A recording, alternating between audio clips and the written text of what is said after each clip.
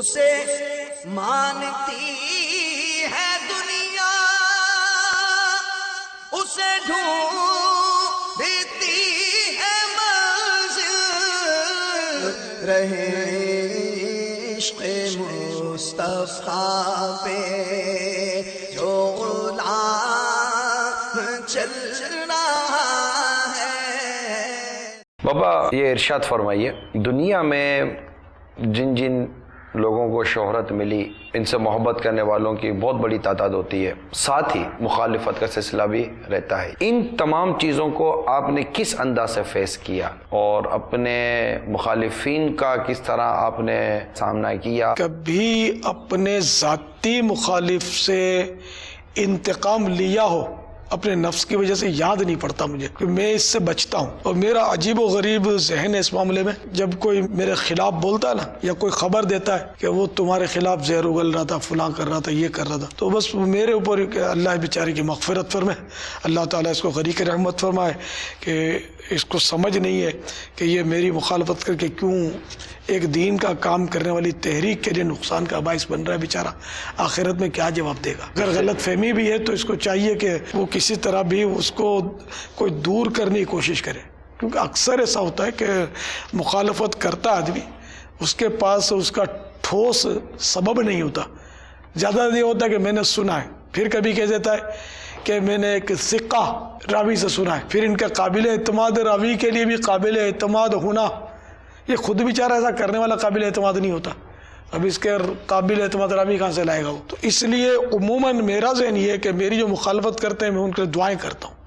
یہاں تک کہ ایسا بھی ہوا ہے کہ میں نے اپنے مخالفین کے لیے کعبے پر پہلی نظر پڑی تب بھی دعائیں مانگی ہیں، بلکہ میں نے تو بارہا اپنے مخالفین سے صلح کرنے کی کوششیں کی ہیں، پیغامات دیے ہیں، بعض اوقات چٹھیاں لکھی ہیں ان کو،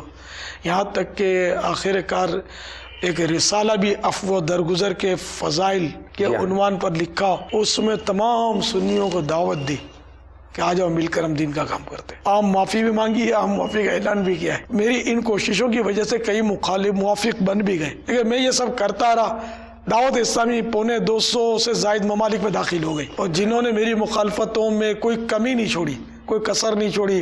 نہ مائک چھوڑا، نہ اشتہار چھوڑے، نہ ہینڈ بل چھوڑے، نہ اخبارات چھوڑے۔ اب یہ کہ میں کہوں کہ یہ کہاں پہنچے اور میں کہاں پہنچا تو کہیں ساتھ میں کوئی بڑی بات ہو جائے، اب یہ تو ناظرین فیصلہ کریں گے، حاضرین فیصلہ کریں گے، سوال کرنے والے سائلین فیصلہ کریں گے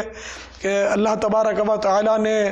کتنا کرم فرمایا کہ میری چٹھیوں کی وجہ سے کہ میں معافیا مانگتا رہا، ہاتھ جوڑتا رہا اور منتیں کرتا رہا، تو اس کی وجہ سے یہ نہیں ہوا کہ میں ڈیگریڈ ہو گیا یا میں گھر بھیلی، جس کو ہم اپنی میمنی میں بولتے ہیں گھر بھیگی ہو گیا، ایسا نہیں، اللہ کا کرم ہے، میری گاڑی جو ہے وہ مدینے کی طرف اللہ طول بڑھتی ہی چلی جا رہی ہے، کوئی اسپیڈ بریکر اس میں نہیں ہے۔ یہ بھی ہے نا کہ اب اگر مخالفین کا جواب دیتے ہیں تو اب سامنے والے کے پاس کیا وقت ہے، ان کی کیا مصیبت ہے، یہ بھی دیکھا جائے گا، پھر وہی جواب در جواب اور معاملہ بڑھتا جائے گا۔ ہاں یہ دیکھا ہے کہ جہاں شرعاً اگر ان پر کوئی ایسا معاملہ آتا ہے کہ اب انہیں شرعاً جواب دینا واجب ہے، اب جو ہے وہ معافی پلس یہ کہ وہ توبہ بھی کرے اور اس کا ثبوت بھی دے، مگر عموماً یہ دیکھا ہے کہ جو بھی ذاتی معاملہ ہوتا ہے تو اس پہ جو ہے وہ عفو درگزر سے ہی، اور گھر میں بھی اصل میں یہی ہے نا ہمارے، کہ یہ میں نے بچپن سے یہی سنا ہے گھر میں کہ کوئی جیسا ہو جائے کچھ ہو، اللہ جو بھلو کرے۔ اسے مانتی ہے دنیا، اسے ڈھونڈتی ہے منزل،